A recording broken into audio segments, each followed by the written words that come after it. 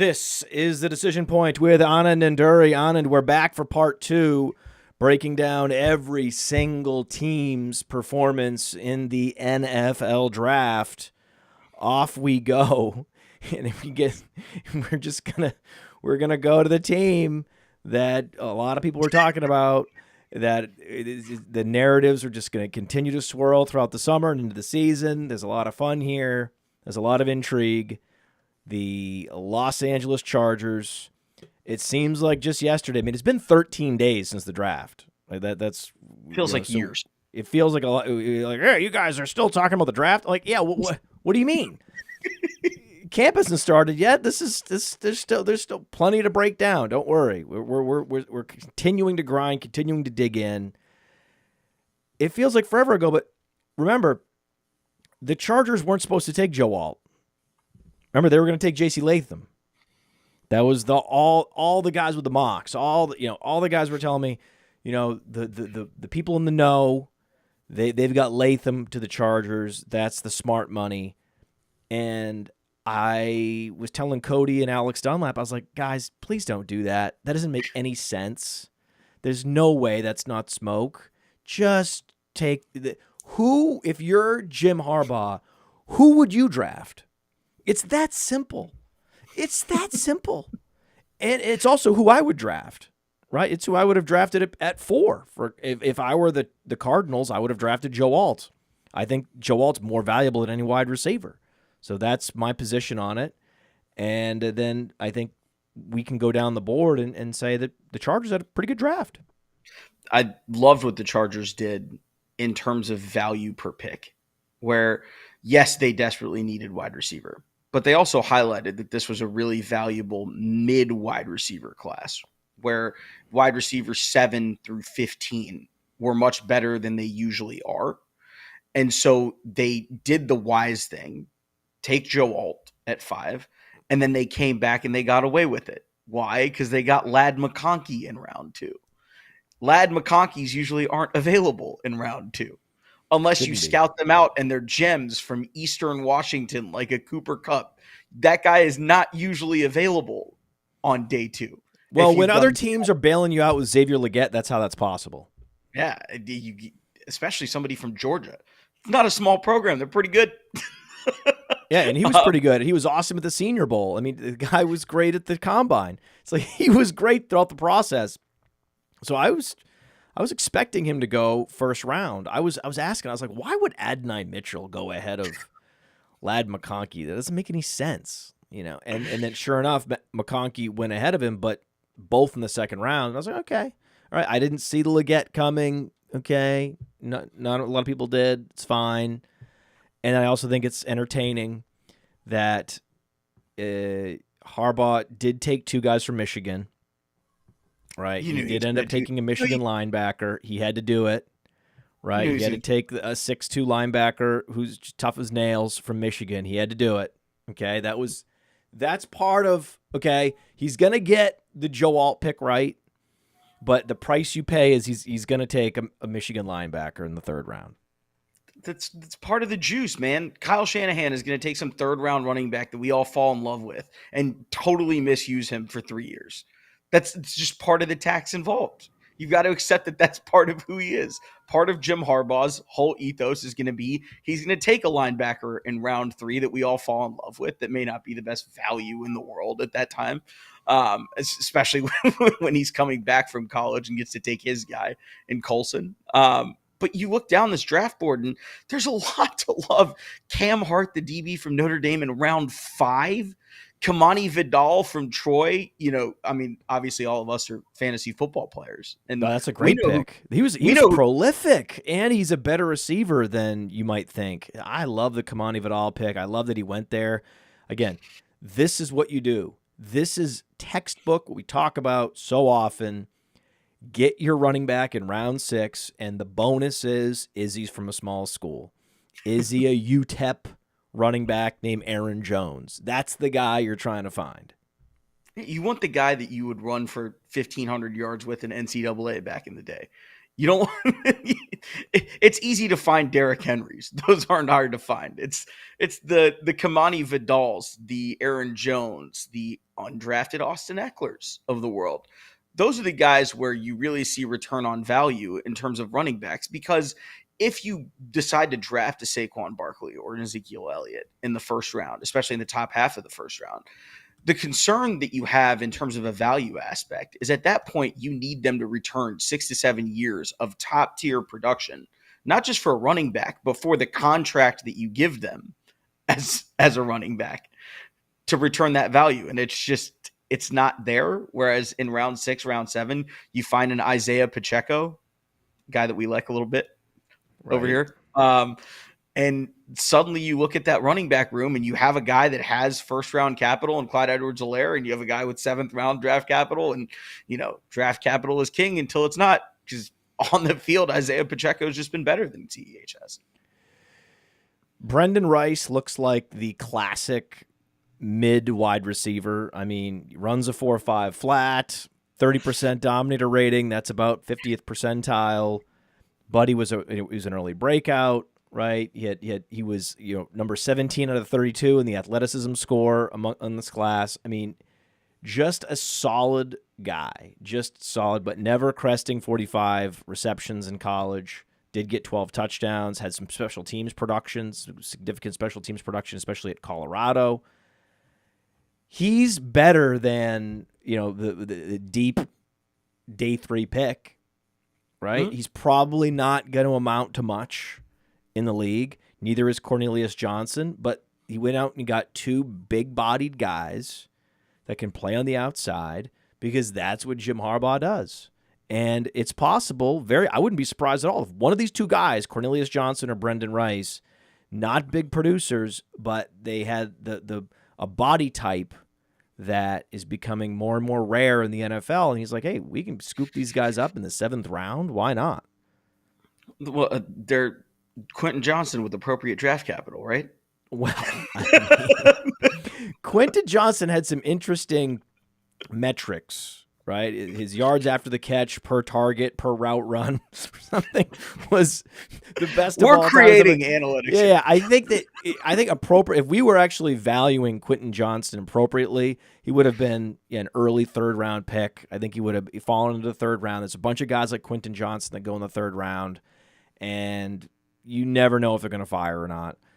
With Brendan Rice and Cornelius Johnson, they weren't productive enough to justify getting drafted earlier than that. The whole point of the Brendan Rice hype was that this was like a pedigree pick, but the problem is so many teams have, turned over day 3 to the analytics department, right, around the NFL. And the analytics team is picking in round 4, 5, 6, and so they're just not that interested in a guy like Brendan Rice.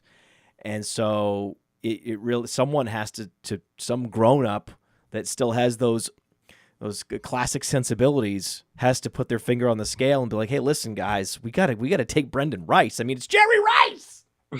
Have you ever heard of a guy named Jerry Rice? I mean, all these guys are going to bust in the 7th round anyway. We might as well try to get Jerry Rice's son. That's where if you're going to go with just a straight up brand pick, just straight up legacy pick, do it in the 7th round. I thought that was great. If you're just going to go with a straight up guy I know because this is the last place I coached, like Cornelius Johnson, do it in the 7th round. So all in all, I mean, other than the middle linebacker in the 3rd, I say bravo to Jim Harbaugh. Bravo. Listen, the guy is smart. The guy went to a Super Bowl last time he was in the league. He can coach. Hold on. Let's not just say that he went to a Super Bowl. He went to a Super Bowl with Trent Baalke as his GM, which is a feat achievable by very few human beings on planet Earth. Let's contextualize this properly. First of all, what just happened to your mic? I don't know. Your mic just blew out. Uh-oh. I think your mic just blew. Do we have audio issues right now? I think you do. Did this fix it? Yes. We're back. We're back. Just start again. Jim Harbaugh went to a Super Bowl with Trent Baalke as his GM. What are you talking about here? he was overcoming the enemy from within, man. It's a great point. It's a great point. It's You got to love Jim Harbaugh. The Joel pick over J.C. Latham, because I was worried. I was like, he's really going to go J.C. Latham? All these sharp draft projectors believe it. Forecasters believe it. I don't believe it. And then thank God. I like him, man. I like that he just chugs milk and he's super positive. Right. I just love a guy that's just going to sit there and drink milk and inspire people and talk about how great life is. I like him, man. He's an inspirational figure to me. He's your classic Midwest guy. And, over here, we love Midwest guys. They're going to be a violent, physical team, kind of a throwback. And we knew that when they hired him. And I'm very scared about Justin Herbert's fantasy future because of it, but the team itself is going to be very good. Yeah. We'll see. We'll see what happens. Rams, they have Sean McVay. McVay does not inspire me, right? I don't believe that Sean McVay is a magnanimous figure. I just think that he's just a cool guy. He's just a cool California guy doing his thing, smarter than the average guy, and that's it. That's great. But I don't see him as this sort of, transformative, leader of men that you have with the Jim Harbaugh. But it's interesting that for the first time in a while, the Rams had a first-round pick. Not only did they have a first-round pick, they spent the first-round pick on defense. Mm-hmm. They went defense back-to-back early with Jared Verse and Braden Fisk. Don't love the trade up to give up your next year's second to move up in round 2. I don't like that. Horrific. That was terrible. For a D tackle, come on, man. That was one of the signature unforced errors of the draft. There he is. So our boy Les, fuck them picks, man. Les Snead. There he goes. Yeah, I took Corum too early. Third round running back. I don't love that. I generally didn't love the draft. I don't see any small school players on here, which is always a concern. I want to see small school guys in the third round. There's just certain things, certain benchmarks that I need, and they didn't really check those off. My favorite player that they drafted was Bo Limmer, the center from Arkansas in the 6th round. Your mic died again. Why does it keep doing this? What's happening? Is it getting unplugged? No. You should be back. You are back. It just keeps changing from default to something else. I don't know why. What is happening? That is so weird. It's never happened to us before. It's never happened before. I hope it doesn't happen again. We're certainly going to have to fix it in post for the podcast, but this is live television. This is live. This is what happens. So, yeah, I have the Rams as one of the worst drafts just because I wasn't even that fired up. The Jared Verse pick was sort of a chalk edge rush pick, but, he was one of those guys that was talked about maybe as a top 10 pick. Then he started dropping throughout the process, falling back a little bit behind a couple other edge rushers, even though he was thought to be the most talented or one of the most talented. So bunch of red flags here in terms of just process-wise. But the one thing that we can't, throw out the headline. They had a first-round pick, and they're no longer just lighting picks on fire. They are trying to rebuild through the draft finally. So this is a good the positive direction the Rams are moving in cannot be overlooked. Do you remember the last Rams first-round pick? Aaron Donald? No. 2016, it was Jared Goff, and they traded up to get him. Jared Goff. That was the last one? Hasn't been since 2016? Yep. There was the Goff trade, then there was Brandon Cooks, then there was Jalen Ramsey. There was a whole bunch of guys that first-round picks got expended for that weren't actual draft picks. But that's right. They brought in Brandon Cooks. Wow. I remember Jalen Ramsey, too. Oof. What? a new day in Los Angeles. They at least are valuing picks for the first time, which is great news. Now the next step is to do better with those picks.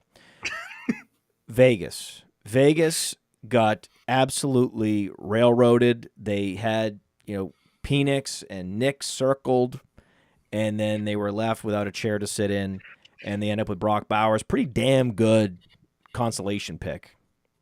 Yeah, you want to talk about pivoting off of one of your guys. I mean, 6 quarterbacks went in the top 12. That even if you are optimist among draft people, 6 going in the top 12 is ridiculous. So I don't think that they thought they'd be sitting there at 13 without a guy to take, unless they really wanted to reach on like a Spencer Rattler who didn't even go till day 3.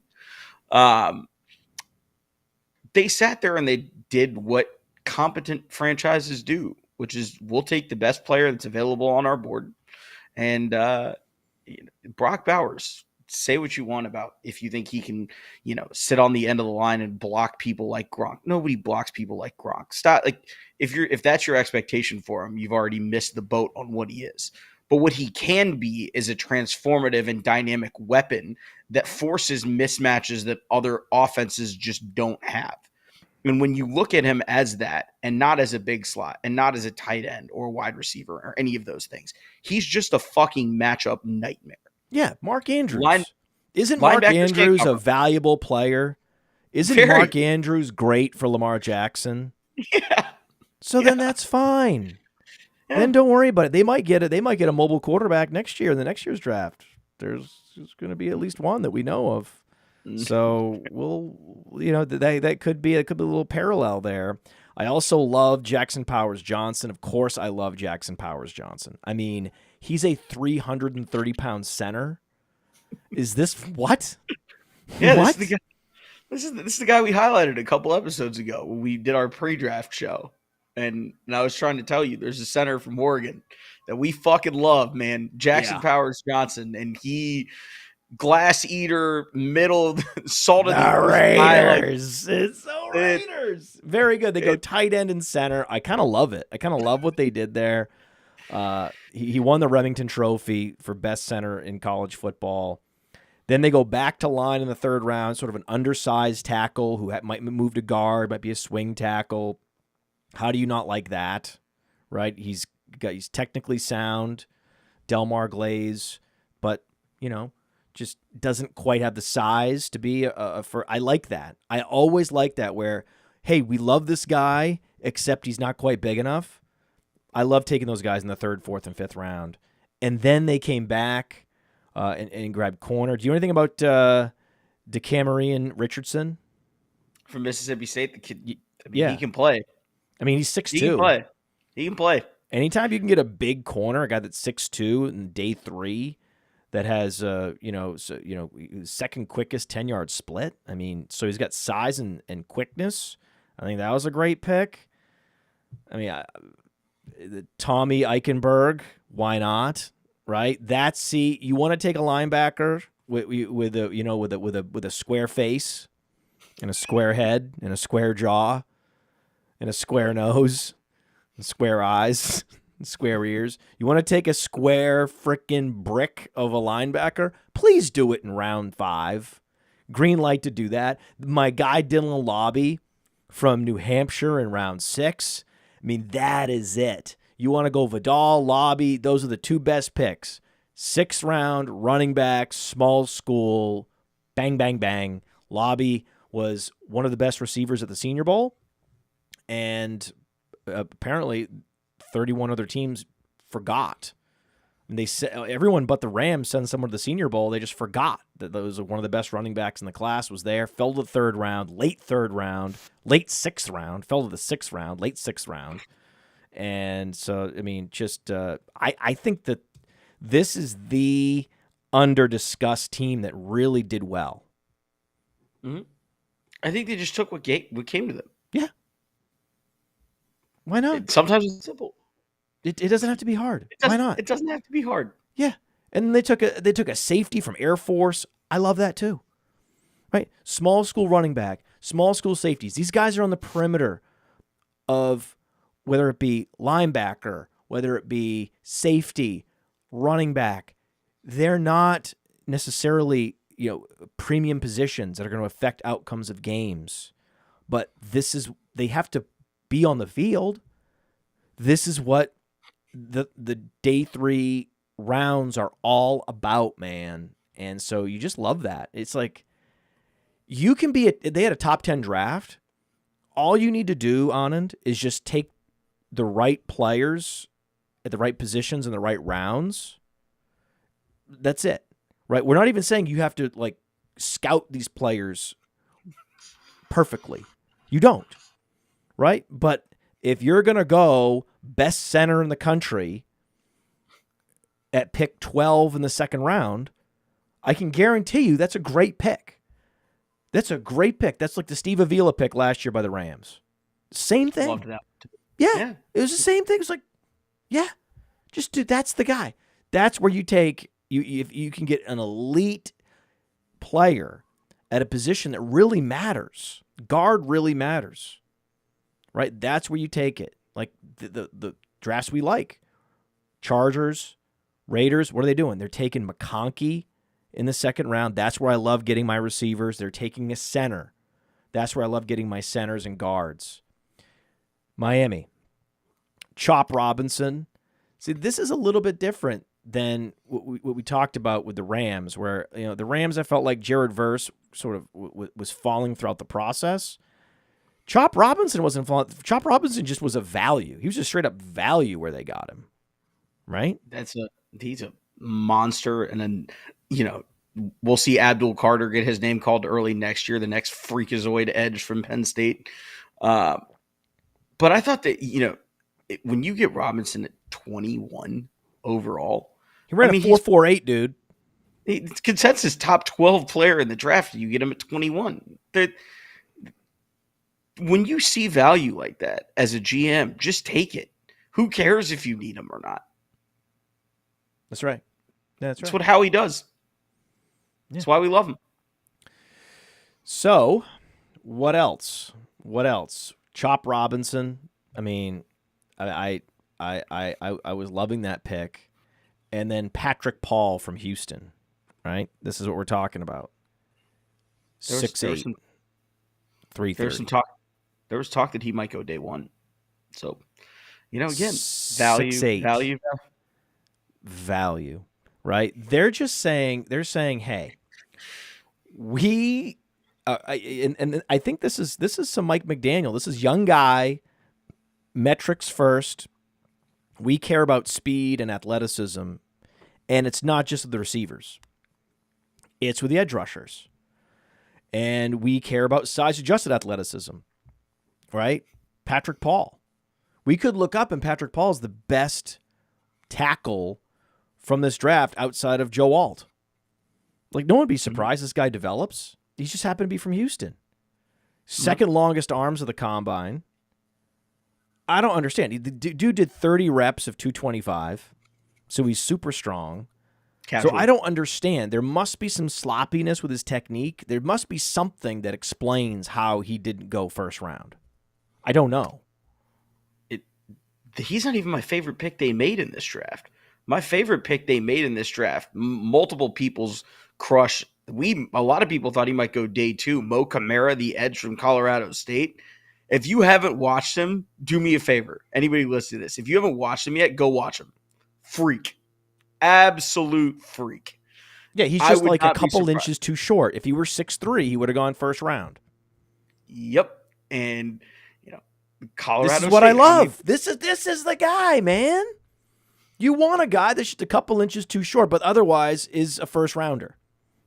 Yeah. And I don't know how many people were diving into Colorado State tape last year, but let me tell you, Mo Camara can play, man. He's that's not a wasted draft pick in round 5. As a matter of fact, I think that's one of the better draft picks made, period, throughout the entire 257 that we saw. And we like Malik Washington, too. We had Malik Washington ranked higher than he was drafted. Mm-hmm. And so that was another solid pick. And also interesting fit with Miami and what they're doing. Right? Yeah. I mean, I think when you look at everything is speed there. Jalen Wright, who we somehow didn't even touch on, it's speed, more speed. And when you can make someone that afraid of what you can do vertically, as they did with Tyreek and Jayden Waddle all of last year, then you have some opportunities to hit some home runs horizontally in the run game. And they've done that too. So it's, again, Al Davis would love this fucking team. they're just taking the fastest dudes on planet Earth and making them Dolphins. I think Xavier Worthy would have been a really fun Dolphin, but obviously he's a Chief. Well, Malik Washington, I mean, the guy was a dominant producer, right? And so when you're talking about just straight up like Z receivers that are possession receivers, like an Adonai Mitchell, there's not that big of a difference between an Adonai Mitchell and a Malik Washington, right? So the guy had, 94th percentile dominator, 98th percentile college target share at Virginia. I mean, he's small. I mean, he's another one where if he were 5'11", 191, running a 4.47, well, he would have had very similar metrics to Zay Flowers. But he's 5'9". And if you're 5'9", and you don't run a sub 4.40, the league doesn't want to draft you before the 6th round. But there are guys like, let's say, Greg Dortch, right, that have hung around the league and been productive. So he can be what I say, they don't have a possession receiver with the kind of burst and production profile of a Malik Washington. So that's why I think it's a great fit, where he's in with these burners. He has these, they're stretching the field, and now they have a guy, an upgrade on who they had prior to play underneath and to be a possession receiver. That's why I think that was a nice little fit. When you think about all the day 3 wide receiver, it's hard to find a better fit than Malik Washington as an upgrade over like a Braxton Berrios, for example. And that's all you're trying to do. And that in day 3, you're just trying to upgrade the peripheral positions. And so that was a good draft. It was a good draft overall. Good pick. So I really, I think we warned about this, that we're going to have, 8 to 10 top 5 teams. So I'm hesitant to say top 5. I think when we go back, Miami might be top 5. Definitely top 10. No doubt about it.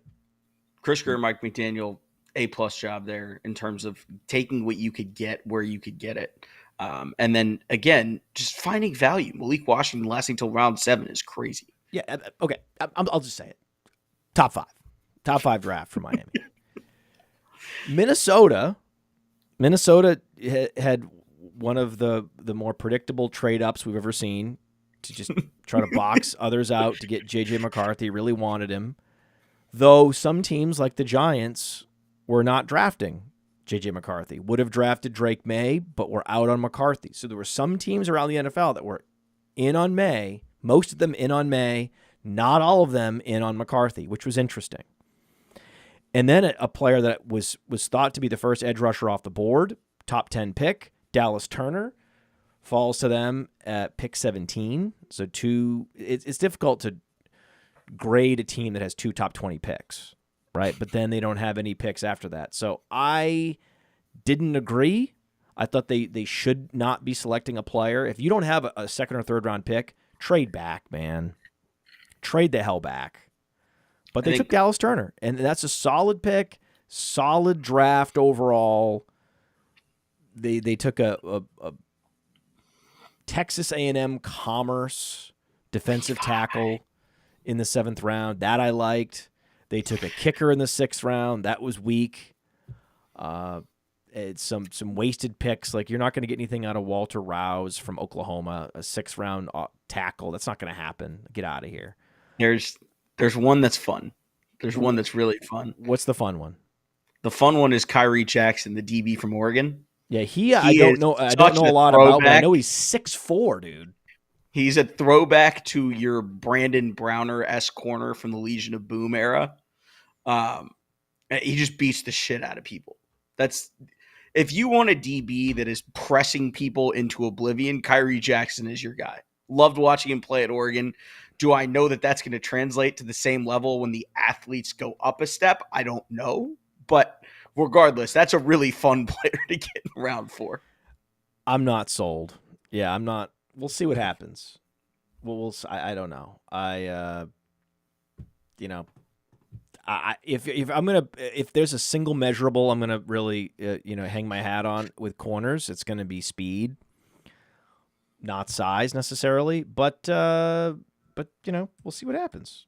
We'll see what happens. Let's look at Kyrie Jackson's 40 time on playerprofiler.com, 4.5 flat. Right, that's just classic. In fact, I have to admit, that's exactly what I guessed. It was going to be 4.5 flat. When you incorporate his size, that's a 76th percentile speed score, though.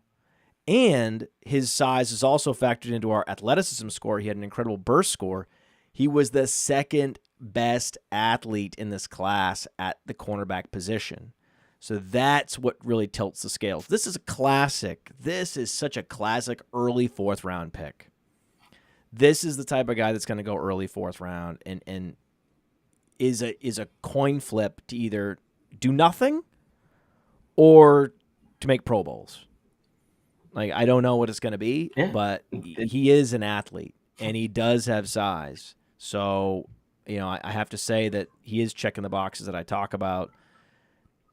Long arms too. I mean, is that the best pick they made? I say yes. Because there's not a lot else here. Right? He's a fun player. I would absolutely. I think your audio again.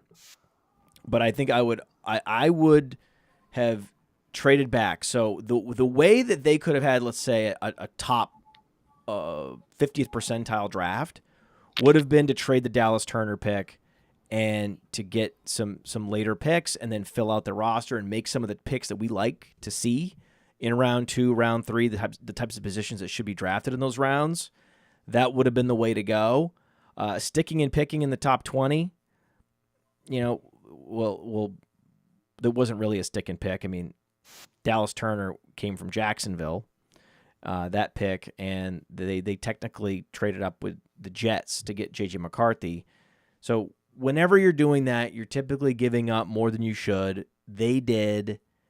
They got their J.J. McCarthy. They got their edge rusher. They got like I said, a big athletic corner with a lot of upside in Kyrie Jackson. He's fun.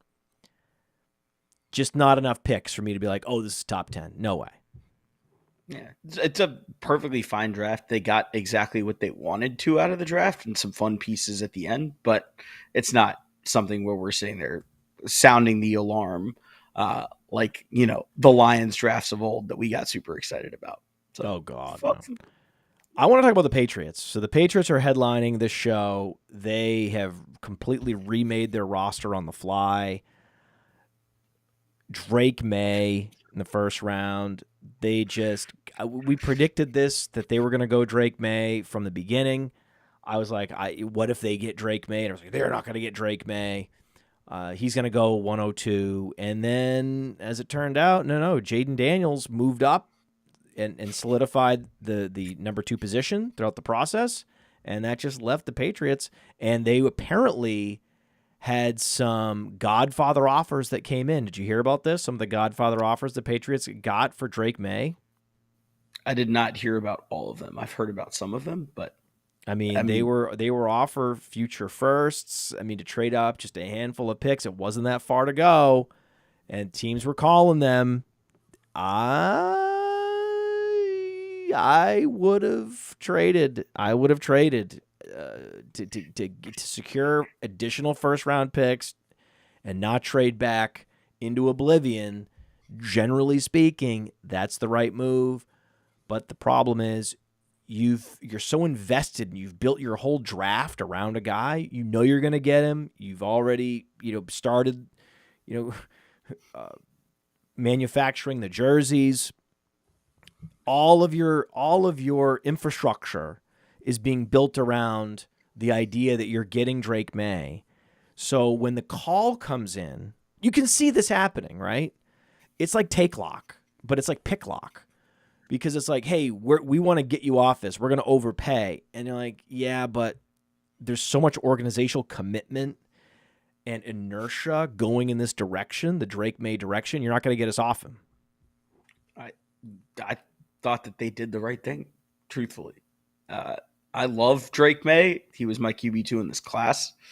I thought that a lot of the hit pieces, quote unquote, that were thrown out there about him were totally unfair.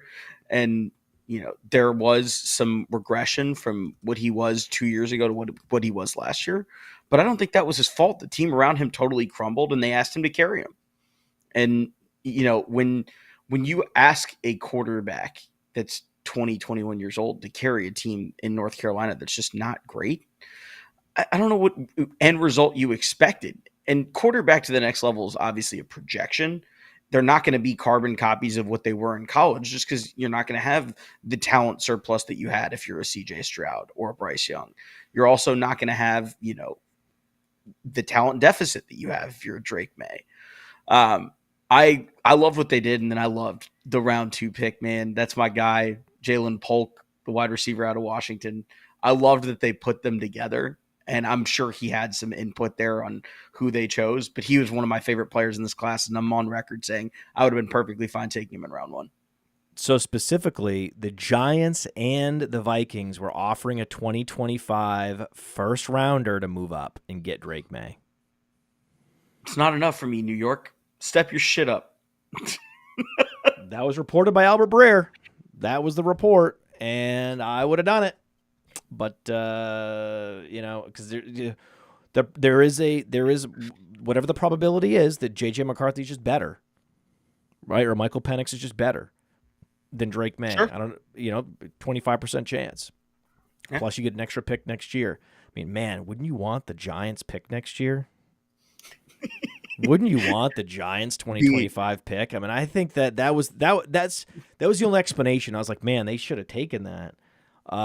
But, right, because the Giants could have drafted McCarthy, and then the Vikings did draft McCarthy. So the only explanation had to be that they were just pick locked. Like, that's it. That's it. And Cody, by the way, loved the Javon Baker pick in the 4th round. The Javon Baker pick was better than the Jalen Polk pick because it's conceivable that Javon Baker's is better. Javon Baker, he's over 6 foot, 200 pounds. Also, just a guy that can high point the football. I like the pick better than the Jalen Polk pick. Polk more of a possession receiver. Baker more of an outside, red zone receiver. But I mean, with Demario Douglas, now this becomes an interesting wide receiver trio, right? They're so much better than what they had. Yeah. Like what New England was throwing to last year was honest. You're a Pats fan, Matt. It was impossible to watch. It was terrible. Yeah, that was not a watchable product. I'm so over Kendrick Bourne. I couldn't believe what they signed him for originally. It was one of the grosser contracts, and then just double down on him. I was like, oh my God, it's crazy. I did like the Joe Milton pick too. The guy's 6'5", 235. As a developmental guy in the 6th round, how do you not love that? I mean this with all total sincerity. There's no hyperbole here involved whatsoever. He has the strongest arm I've ever seen. It's insane. Yeah. If you go back, if you want to have some fun on some shit that will absolutely never translate to a football field and does not matter, just go watch Joe Milton at the combine launch footballs into the sun. It's beautiful. It's unreal. Do you ever have time to throw 90-yard bombs in the NFL? No. But if you did, Joe Milton would be a really fun quarterback. Yeah. Yeah, and then what do? They draft an undersized tackle, a right tackle from Penn State, who you could easily see playing guard, in Caden Wallace. I mean, this is what I want to do. I want to take a guy in the 3rd round who is undersized, and we can move him to guard, and he can dominate. I love it. And they took another guard in the 4th round. So they were like, we need to protect, build the point of attack to protect Drake Maye. We're going to do that with some premium picks. 3rd pick in the 4th round, Layden Robinson from Texas A&M, another guard. I mean, he has the exact same measurables as Caden Wallace. They're both 6'5". They're both 313 pounds. I mean, this is perfect. I mean, interior offensive line beef, and then value at the wide receiver position to bolster the wide receiver core. And then, hey, we're gonna just go all defense next year. But we got to build the foundation of the offense, and really all the different pieces are going to come together here in one draft. They rebuilt the offense on the fly.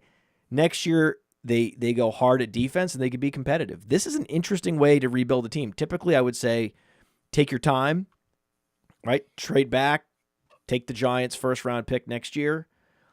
But if they were going to stick and pick Drake Maye, this would be the way to do it. So I think that's cool.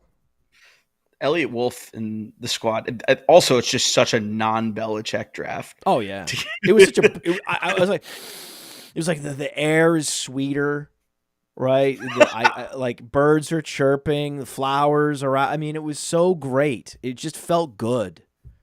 You know, it just felt like a fairy tale to be this draft. I was like, this is just, oh my God, why couldn't all these drafts be? I'm so happy.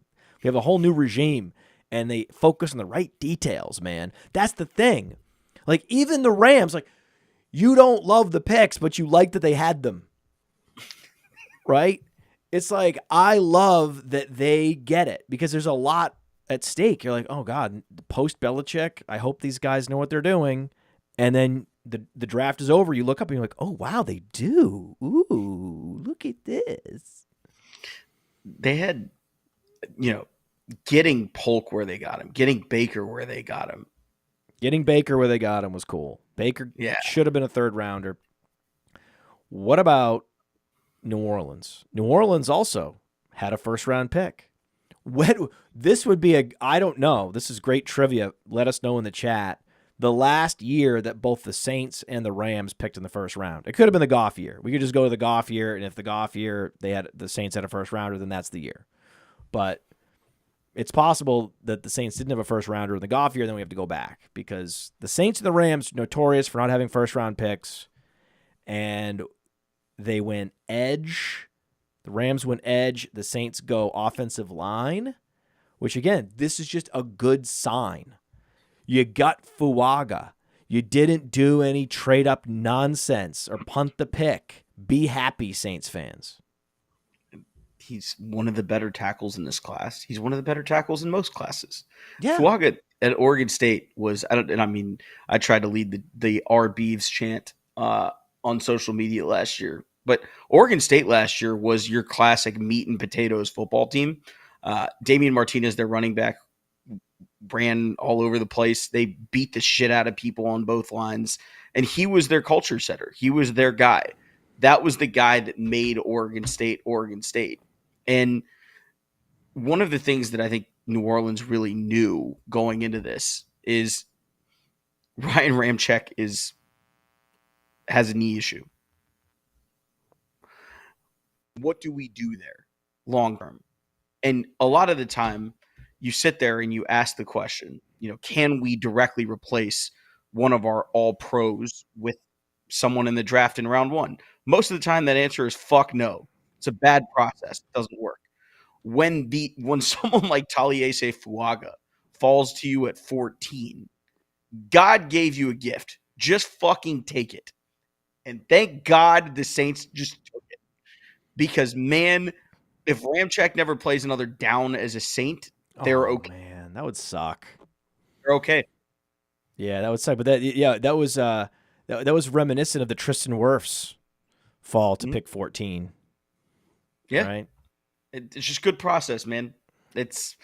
Yes, it's a need, but that's also probably best player available at the most premium position available at that point. And chalk picks are chalk picks for a reason.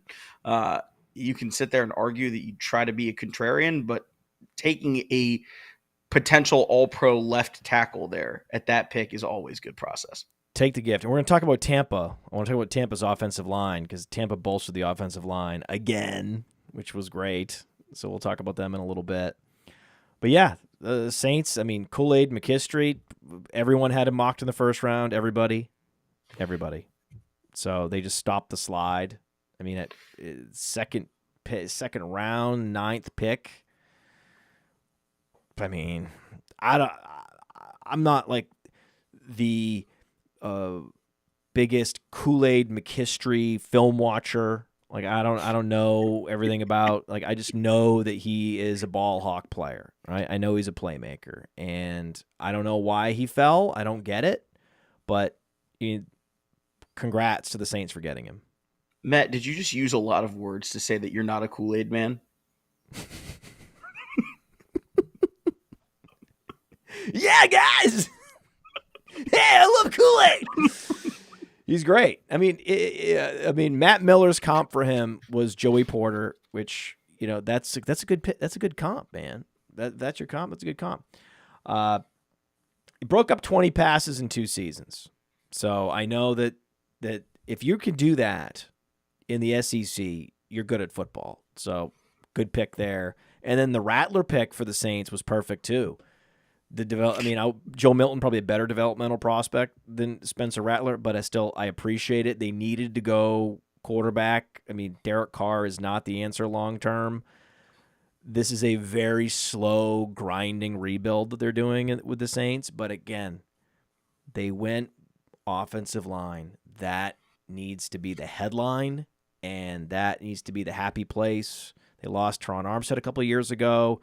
Now with Ramczyk, they got lucky with Ramczyk, and now he's, a question mark. This made a lot of sense. And again, my number one takeaway we did the top 10 takeaway after day 2. And my number one takeaway, we're talking Saturday morning to Andrew Cooper. Coop was, wow, the league is getting better at drafting. Right? It's just look at last year and the year before we did this show, and there were a lot more teams where we were scratching our head, where we were criticizing them like we were criticizing Carolina. But there are so many fewer Carolinas that now we even have the Rams and the Saints making chalk picks and not fucking up. The Giants went Malik Neighbors. He was just the best player on their board. Right? They didn't draft J.J. McCarthy. That was the interesting piece with the Giants. Then they went safety in the second round, and that's early for a safety, but Tyler Nubin's really good. Right? And they go corner. So they clearly felt their need was secondary. They went back to secondary in the third round with Andrew Phillips. Theo Greminger likes the pick, the tight end pick from Penn State. We love Tyrone Tracy as Tyrone Tracy, Dylan Lobby, and Kamani Vidal are the best 3rd, 4th, 5th round picks in Dynasty rookie drafts. Again, I don't care. You want to call it a reach to go Vidal in the 3rd round or Tracy in the 3rd round. I don't care. That's the right move as opposed to some fringe receiver that's never going to do anything and clog your roster up. So I say draft Tyrone Tracy at will in Dynasty rookie drafts. He just has to get past Devin Singletary. That's a very low bar. So that's exactly, again, 5th round, that's where Aaron Jones was drafted. So they got their Aaron Jones. Again, same size as Aaron Jones, similar skill set to Aaron Jones. Very cool pick. So again, super solid pick by the Giants, and a super solid overall draft. I think they did well, all things considered. They didn't really maneuver around a whole lot. They didn't try to do anything crazy. I liked the Tyler Nubin pick a lot. I mean, Neighbors, you can decide whether you like him or Roma Dunze until you're blue in the face. They're just really good players, and whoever they get a quarterback is going to thank them that they have Neighbors. Yeah, I mean, you're just arguing for the sake of arguing at that point, and that's fine. Whatever, go ahead and do that. But I think process-wise, I really liked what they did in taking Andrew Phillips. Neighbors, obviously, a huge need. That's not that wasn't inaddressable. I don't know. Right. I don't know that anybody would have a worse starting wide receiver room post draft had they not taken him. But the Giants are an interesting spot. Daniel Jones, obviously, albatross contract. There's a whole lot that you've got to figure out there. But if he fails, if they throw him out there and he fails, it's not going to be because they didn't try. The Jets, They did something similar. Just chalk. They knew their offensive line was one of their weak points. They bolstered it. I mean, all those guys, all these offensive linemen in that whole swath, right? Pick 5 through 15. Just don't be surprised when they're all great, right? Just don't. You're not allowed to be surprised. So that's exactly what Aaron Rodgers needed. And then they get Malachi Corley, small school receiver, first pick in the 3rd round, led the nation in yards after the catch. One of my favorite wide receiver prospects. If you went to a big school, he would have been a 2nd rounder, but they get him in the 3rd round. That's chef's kiss value. Then they do weird stuff in day 3 with all these running backs they didn't need to draft. But at least you're getting running back in day 3. You're not burning picks earlier like the Blake Corum pick. So defensible. If they had just drafted Isaiah Davis for depth behind Breece Hall, that would have been great. The Braylon Allen pick was just weird. It sucks for us. That just sucks for us. Fantasy players. I mean, it would have been nice for him to go somewhere else, and he would be able to get more carries and have more fantasy value. But it nuked his fantasy value to be stuck behind Breece Hall. There's no way he's going to play significant snaps. Breece Hall is going to be a bell cow. Could be the RB1 in fantasy this year. Get ready for it. I'm not fading Breece Hall because of Braylon Allen. And Braylon Allen is a guy that would have been a 2nd rounder just a couple of years ago. Mm-hmm. Would have been a 1st rounder a decade ago. Yeah. It's crazy. Yeah. That's how far the league has gone. If you want to talk about what we talked about, top 10 takeaways, which is how far the league has gone, how far it's evolved. When I was talking to just parents at a soccer game, and they were like, "Hey, you got back from the draft." I was like, "What was your big takeaway?" I was like, "The NFL is getting smarter." Braylon Allen went in the 4th round, deep, picked 34 in the 4th round. I was like, and they were like, "Who the fuck is Brandon Allen? What are you talking about?" I was like, "You don't understand." I was like, all I have to say is Braylon Allen, late 4th round. That's good news for where the league is headed with analytics. Yeah, I thought that given especially the limitations that they have with Rodgers, going after Jordan Travis is like an upside project. Oh yeah, another really good move. How do you feel about Jordan Travis versus Joe Milton? Give me, I think the best of those guys is probably Rattler, just talent-wise. But Milton, Rattler, Travis, all interesting projects because there is upside. Most of these guys that you take in round 5, 6, 7 that you worry about are guys that have limited ceilings. You worry about like a Case Keenum who had everything aligned right, and you just know he's not going to be the reason that you win a Super Bowl one day. Right. These guys all have upside traits where you're like, if the stars align and everything hits right, they could be catalysts. They could drive us somewhere as opposed to being along for the ride. And then there's the Eagles that just, I mean, it's Roseman and Ballard and Roseman every year. I mean, that's the thing. You want to be a top 5 draft? Well, it's a challenge. There's only a few slots because Ballard and Roseman always have the top 5 staked out.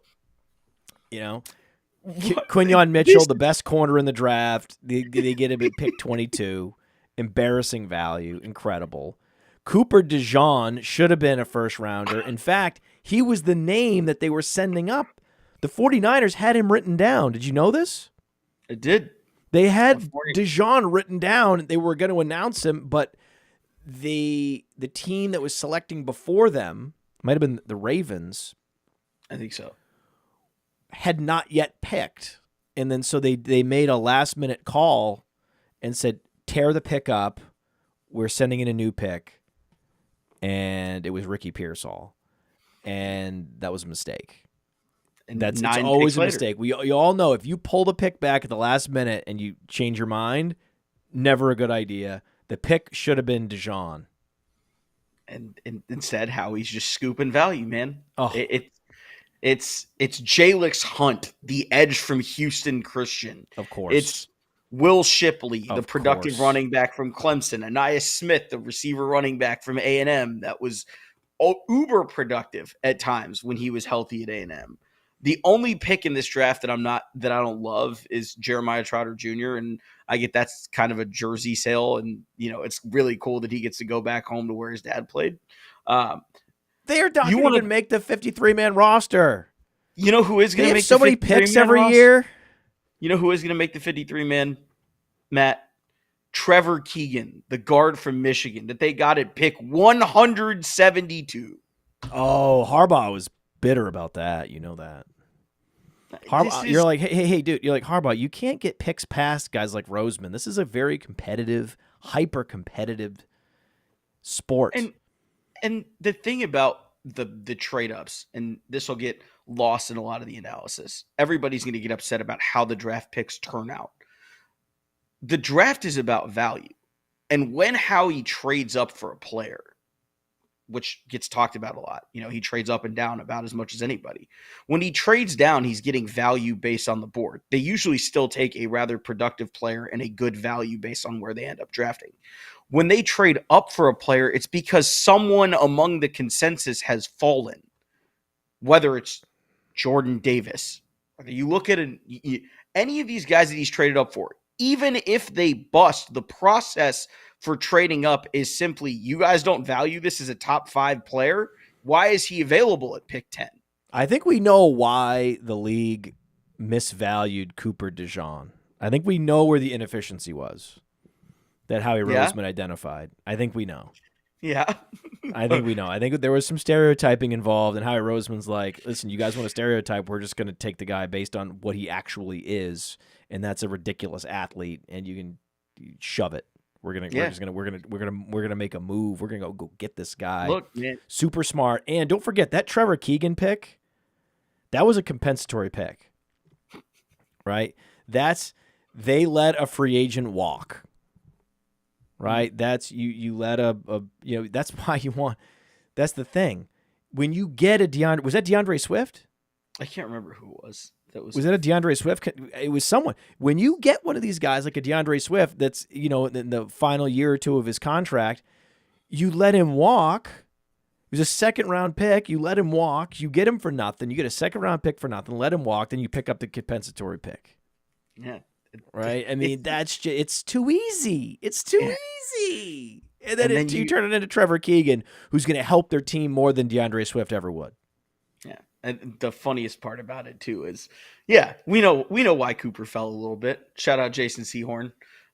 Yeah, I mean, come on. That classic sort of nonsense inefficiency, baseless inefficiency in the market. Take advantage, leverage it. The Steelers, again, they were in that zone of pick 5 to 20. Went Fatanu. That's a guard. That's a great. I mean, that you can't argue, except guard. It's a little early for a guard. Where we talked about there's elite guards you can get in the second and third round. So that would be my only criticism of that pick. But they went right back to center, right back to interior offensive line. They clearly know that their interior offensive line is a problem. And I just love that they got the West Virginia center goes to Pittsburgh, which is, that they're all interconnected. He stays in mining country. You have to love that. You just have to love Zach Frey. That was just the most Steeler pick maybe ever of all time. Then the Roman Wilson pick. Roman Wilson, a complete dog, dominated the Senior Bowl. I mean, third round, I love it. That's one of the guys where I'm like, as much as I want to draft running backs, in my rookie drafts, Roman Wilson's like the receiver that would get me off running back in round 2, 3, 4, 5 of a rookie draft in Dynasty. My favorite pick that the Steelers made is actually a very Matt-esque pick. Mason McCormick, the guard out of South Dakota State. Well, he doesn't have a headshot on ESPN. Yeah, good. He doesn't need one. No. Get him one when he makes a fucking Pro Bowl. We don't need him now. Dominated the Shrine Bowl because that's the thing. The guy's he's 6'4", 310 from South Dakota State. How do you not love that? How do you not love that? I mean, it would be so easy. Like I would just have the scouts give me a list of all, and then I would either take a database, probably just a database, and sort it. But I'd have more fun. I'd be like, everyone, print them out.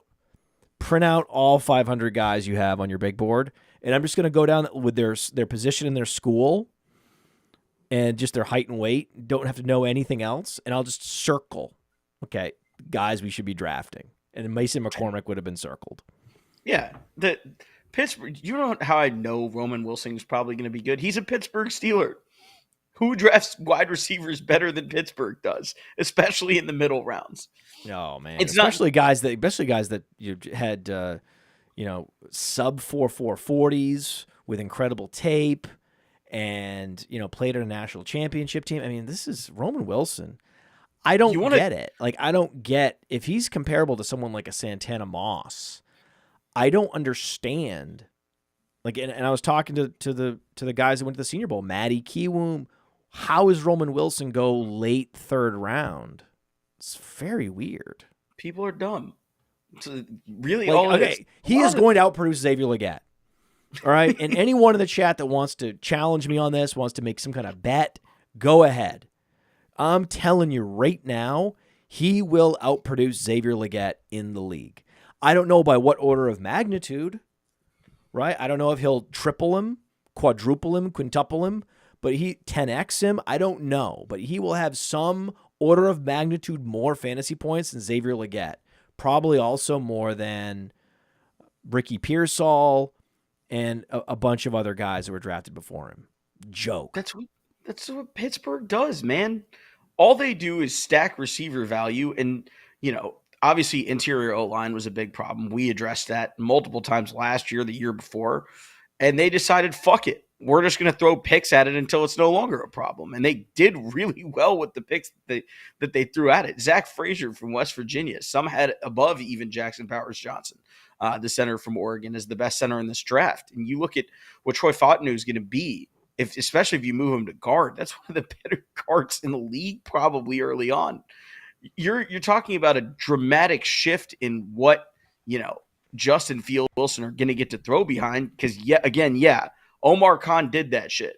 For $3 million, their quarterback room is now Justin Fields and Russell Wilson, as opposed to Kenny Pickett on what $8 or $9 million that he was making as a first round draft pick. Like, the difference between what their room looked like a year ago and what it looks like now is stark.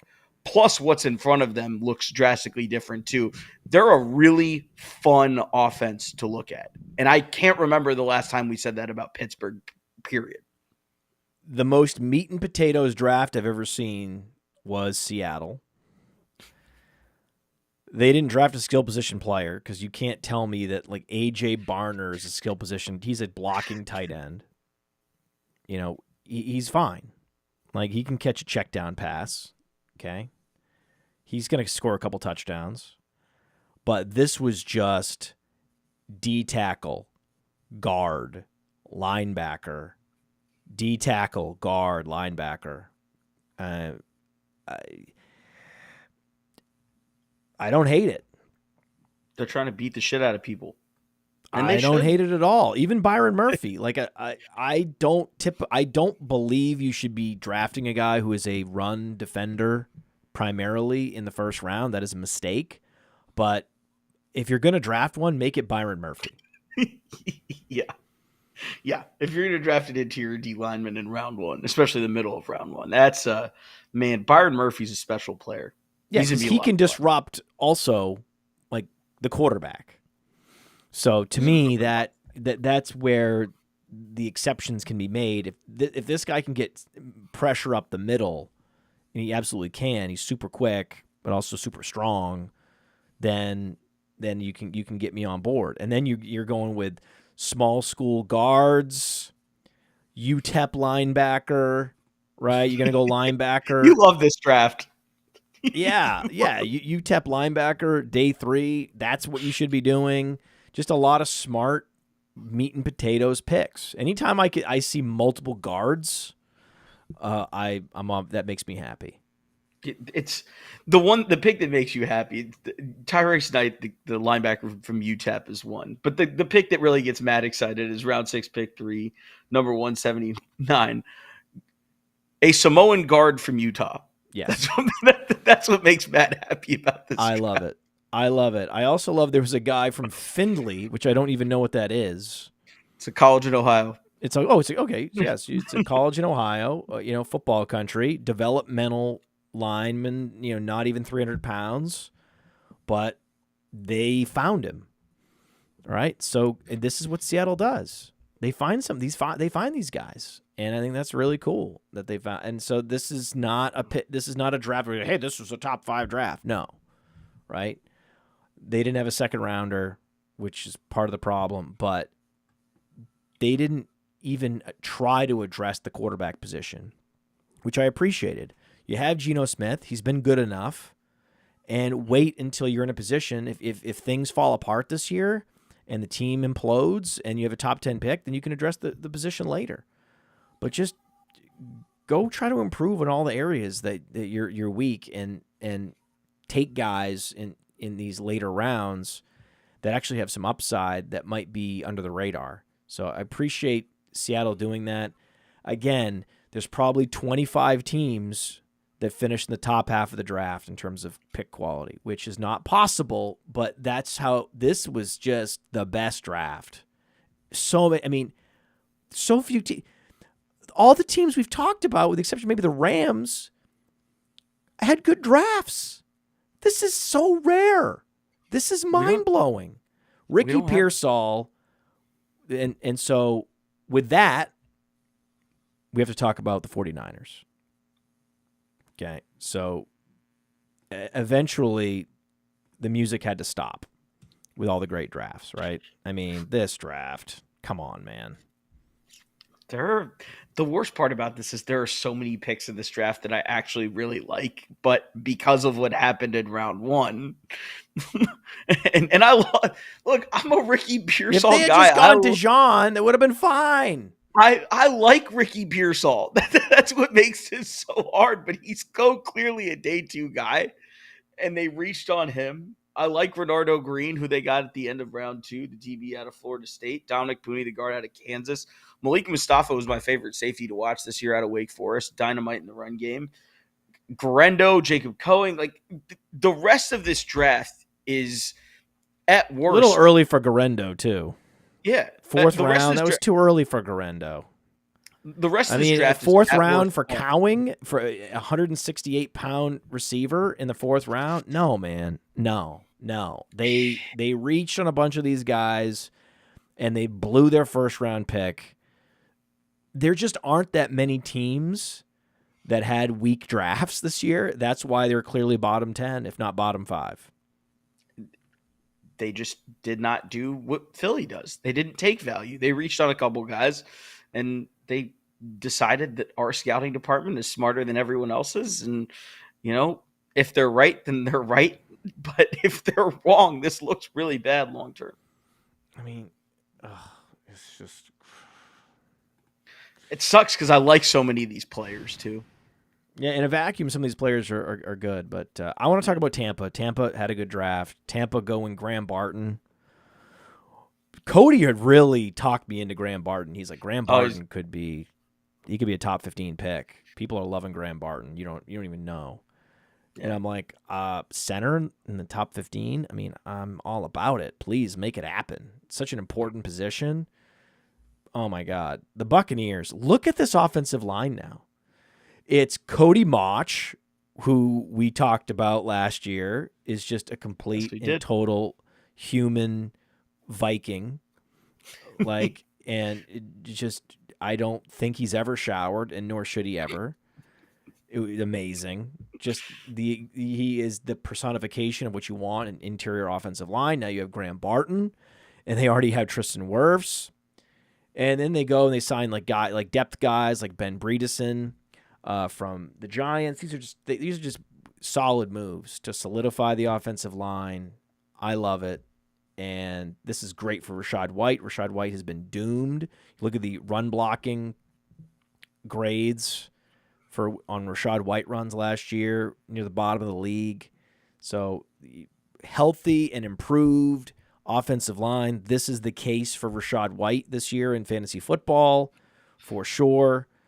But then you keep going, and it's just, I don't love the Chris Braswell pick because, again, if you're going to go undersized 6'3" edge rusher from Alabama in the late second round, what are you really trying to accomplish with this?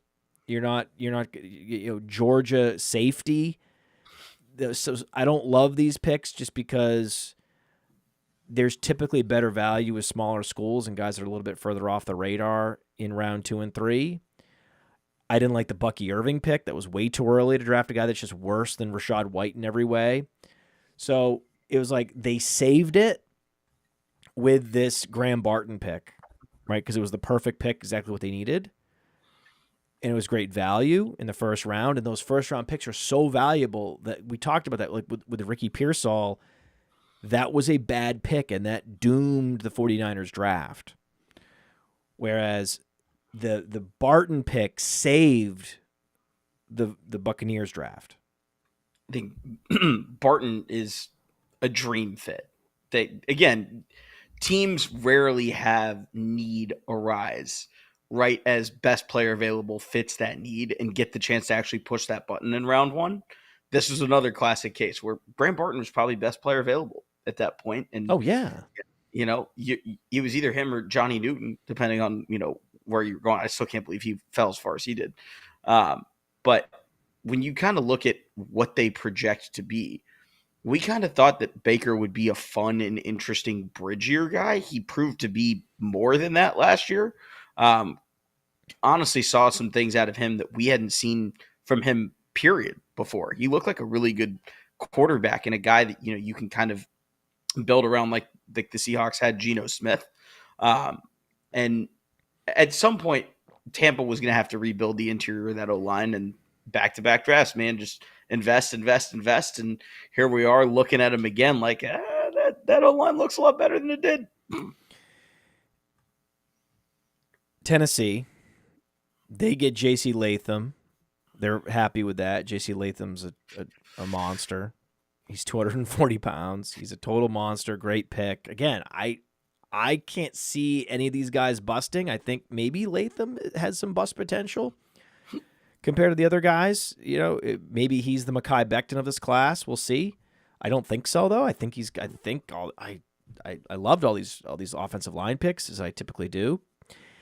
The interesting one was Tavondre Sweat. For him to go early second round, a lot of people had scratched him off the list to go in the second round at all, more falling into round 3, maybe even day 3, because of the recent DUI arrest. So he has weight management issues, the DUI arrest, but at the end of the day, he's 6'5", 360, and he's athletic, and he's got a lot of strength, and he looks like a professional football player who can really make a difference for you. But that was his absolute ceiling. The earliest he could possibly go was there, and you have to think that Tennessee thought that someone else was going to draft him. That the word had gotten out that Sweat was in play as early as 10th pick in the second round. That's what motivated them. They really wanted him, but it feels like the type of pick that they just fell in love with a guy and they just wanted to get him no matter what. And so it was a reach. It doesn't feel like a reach because, he's comped to guys like Jordan Davis, and we were celebrating the Jordan Davis pick by the Eagles. But this just felt a little like you get the sense they're chasing it a little bit here.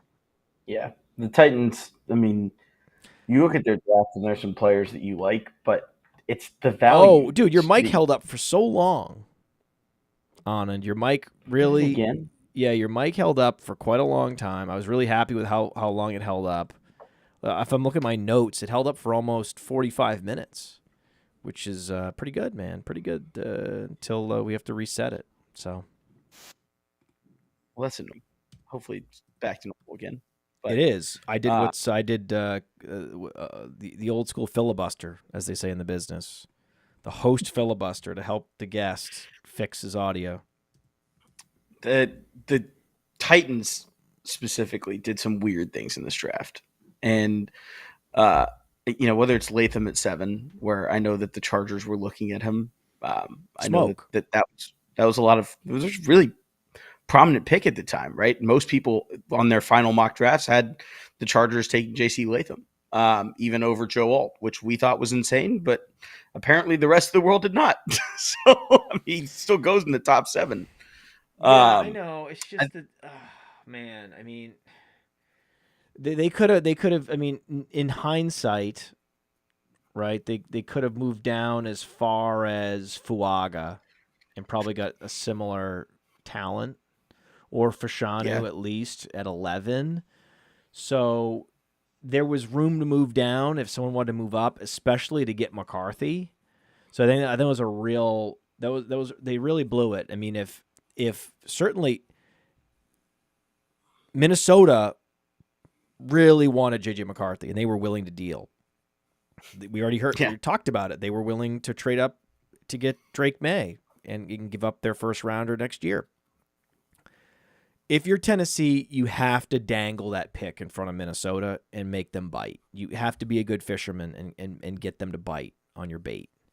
They had to bait him into it. And then if you're picking at 10, you can still get Fashanu. Oh, no, they would have been picking at 11, right? Yeah. So, but that, or, right, exactly. So maybe they don't get Fashanu there. Maybe the Jets get Fashanu. They get Fuaga, right? That, and then who knows what they could have banked. I don't know. They could probably not get a first rounder. They would have got a second rounder out of it. So what's better, J.C. Latham or Fuaga and a second rounder?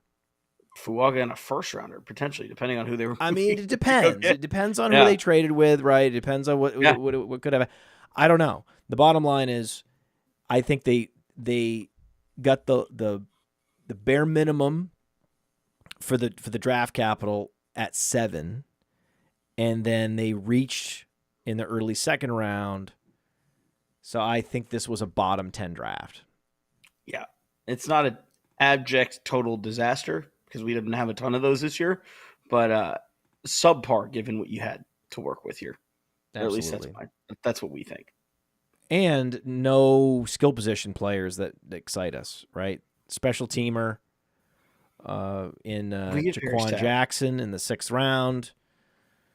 I don't know. Not a big fan. I mean, it's just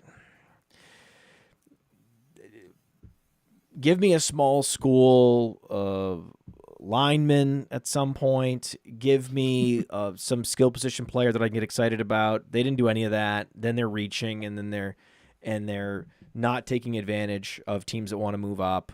So wow, man, you could argue they're a bottom 3 draft. I think you can make the argument. Yeah, I wouldn't. Someone has to. Like I said, there's very few teams, and we know Carolina, right? Oh my god. Right, we know there's a couple teams that absolutely blew it, but then there's Denver, Carolina, and then who's that third team that's going to round out the bottom 3? Tennessee in play for that. Yeah. Finally, Washington, wrap up, get you out of here. The final team, we did it. 32 teams, man, analyzed them all. Jayden Daniels. He is going to revolutionize this offense in a good way. I'm so happy to see him with weapons, to see him with Terry McLaurin. And they also drafted Luke McCaffrey in the 3rd round. That's interesting. Theo Greminger loves Luke McCaffrey. Jerzon Newton. I think a lot of people like that pick a lot. What did you think of that pick? This across the board for Washington is my favorite Washington draft, maybe of my lifetime. This is, if you believe Jayden Daniels is better than Drake Maye, I do not. I was a Drake Maye guy, but even if you have him in the same tier, as long as you have a quarterback that somebody can get excited about, that you can develop into something, we have something to talk about here. Then they got probably the best D tackle in the draft in Johnny Newton. Then they got the best slot corner in the draft in Mikey Sainristil. Ben Sinnott was my TE2 behind human freakazoid Brock Bowers. He can also play fullback if you need him to. Brandon Coleman, guard from TCU. Luke McCaffrey, who Theo's excited about. You just go down the list here. Developmental edge rusher from Temple. And Jordan McGee. That's what you're excited about. Finally, this team has some semblance of direction. Yes, this is the type of picks you want, There's something to get excited about here. Yes. There's something to get excited about in Washington that isn't getting to the stadium 30 minutes early because no one else is in the fucking parking lot. 320-pound guard in the third round. That's what you want, man. Ben Sinnott. I mean, this is good. This is one of my favorites. Ben Sinnott, underrated. Like I admit he should have been closer to the front of mind at the tight end position for me, more on my radar. I wish he was.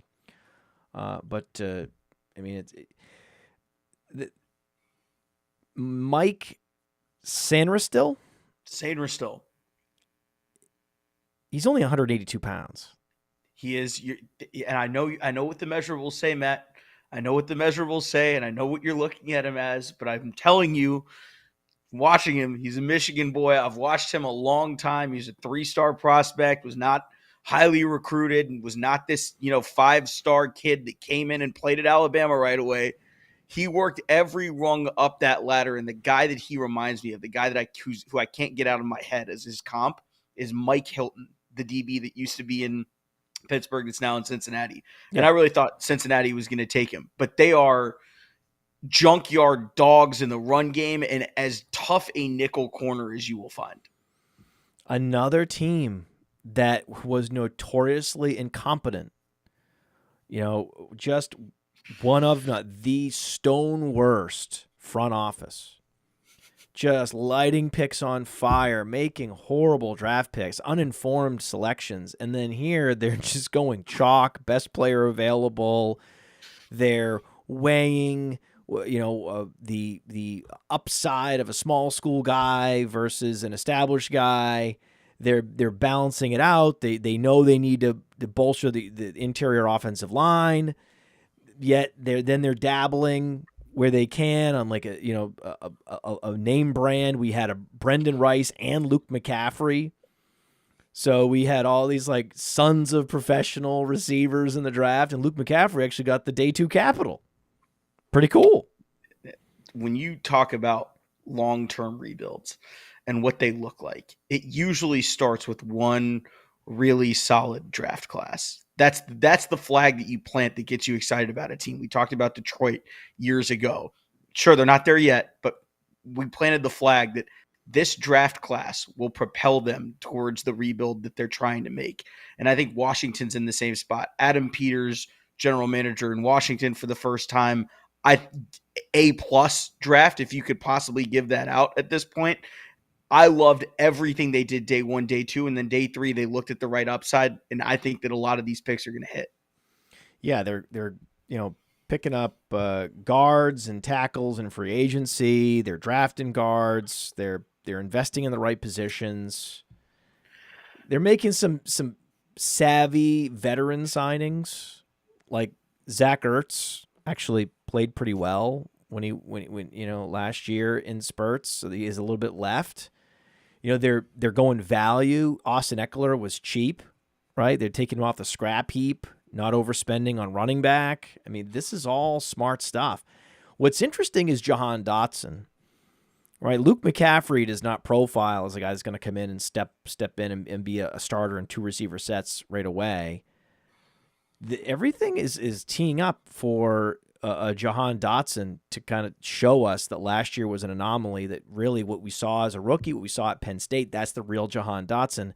He's an interesting guy where I'm like, well, his ADP on Underdog is 136. It's starting to climb because they didn't draft a receiver in the first or second round. And people are starting to figure out, well, this guy, he is comparable on Player Profiler to Tyler Lockett. Tyler Lockett took 4 years to break out. So I'm back in on Jahan Dotson. I just want to make sure everyone knows that. Jahan Dotson, I was completely out on last year. I thought he was overrated, didn't make any sense. he's an auxiliary receiver. Either you're drafting Terry McLaurin or you're not drafting Commanders receivers. Now he has Jayden Daniels, and his ADP is no longer like 7th, 8th, 9th round. It's now much, well past pick 100. But Jahan Dotson's ADP is going to keep climbing. He's gonna get to 125 on Underdog, then maybe 120. Here's a guy that I think we talked to the Mind of Mansion show yesterday about just a handful of receivers that are in the double-digit rounds that you want to be overexposed to, that you want to circle, be at least 10% exposure. Jahan Dotson's one of those guys. I think 10 to 20% exposure on a guy like that. He's the perfect best ball receiver. He had a sort of boom weeks in his rookie year, and he had the big yards per reception. And then last year, very similar receiving yards. Actually, had a lot more targets last year. He had more games. So actually, other than the touchdowns, a very similar season last year to his rookie year. Or at least not as dramatically different from his rookie year. You can go to Player Profiler. You're not going to find any advanced metrics that show that Jahan Dotson's good, but he was top 5, right? There's no efficiency metrics that you could say, oh, there it is, right? There's the yards per target, the yards per route run. They were all bad, right? All outside the top 80, but he was top 20 in slot snaps and top 5 in total routes run last year. Oh. So Jahan Dotson, and based on the draft, he is going to be on the field. He's comparable to Tyler Lockett. If there's going to be a Nico Collins year 3 breakout this year, I'm here to tell you it's Jahan Dotson. Hey, I want to thank you for being part of this broadcast. If you have any thoughts on it, leave a comment. If you enjoyed it, make sure you leave a like. And if you want to see more shows on the Player Profiler channel, subscribe to it. That's how we know you want more.